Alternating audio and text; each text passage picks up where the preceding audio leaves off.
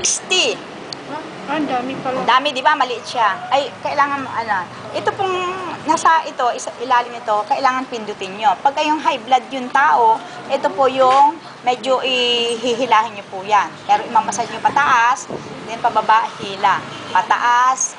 Eh, dito sa pinakano ng tenga nyo, yan. May mga nerves po dyan. Maraming nerves kayo mahihipo dyan. Okay, dito.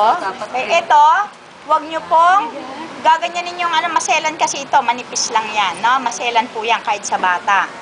Okay, kaya dito, alalay lang po yung pindot nyo, pag ganyan-ganyan lang siya. Pinipindot-pindot siya kasi pinakamaraming point ng body natin ang nandito na dapat salingin. Hindi ibig sabihin, masakit yung ganito mo, masakit yung kalublooban ng katawan mo, yung mga organs nyo, gano'n. Hindi po. Yan po ay ibig sabihin, kinukumpare lang po sa loob ng katawan natin kung ano ba yung dapat na i-massage. Diba? Ano ba? Ito yung head, ito yung body, ito yung rectum. Yan, no? Yan, meron yung ganyan, no? Yan. Kaya ito pag ginaganyan, hinihila nyo yan. Yan. Tapos kaloob-looban ng, nyo, ginaganyan yan para masaling po yan. Ha? Pagka may high blood, ma'am. Yan nga, pagka may high blood, ikaganyan mo siya. Dandahan lang. Ipindot-pindutin nyo siya. Tapos kasi may hikaw ka eh. Dapat yan ginaganyan yan, no? Ay, mahirap masasang may hikaw. Kala nyo, tenga lang yan na walang bahagi sa katawan natin. Ito, first aid lang po. Hindi man ibig sabihin, hindi po ito ay gagaling na. Hindi po. Pang first aid lang tayo, ha? Pababa ang hila, ma'am, pagka may high blood. Pagkagalit ka, dihilain mo maigi. Sige. Talaga bang ganyan minamas? Oo! Talagang gano'n, nasasaktan ka ba? Hindi pa, malakas. Mahina lang yan, laksan mo pa. Ganyan. Ano yan talagang, may course yan.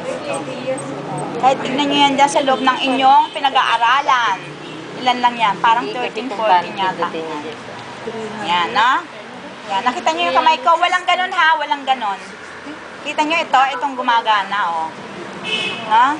Okay. Ang count lang, 6-6 po. 6-6. Pabalik-balik, ha? 1, 2, 3, 4, 5, 6. 1, 2, 3, 4, 5, 6. 1, 2, 3, 4, 5, 6. 6 na balik po. 6 din na ganon. 6 pa ganyan, 6 pa ganon. Tapos 6 na pa ganon din. Pag dun sa titigas na, hindi, yun talaga ang sasalingin. Tapos itong pinakaano nyo, maselan po ito, yan.